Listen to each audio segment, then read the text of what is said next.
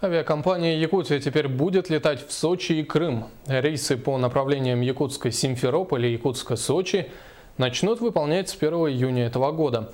Однако купить билеты можно уже завтра на официальном сайте перевозчика yakutia.aero.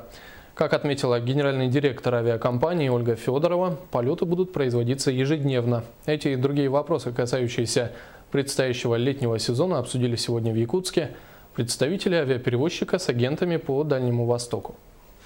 Авиакомпания «Якутия» сегодня принимает своих главных, наверное, коллег в общении с пассажирами. Это агенты, которые работают на дальневосточном рынке.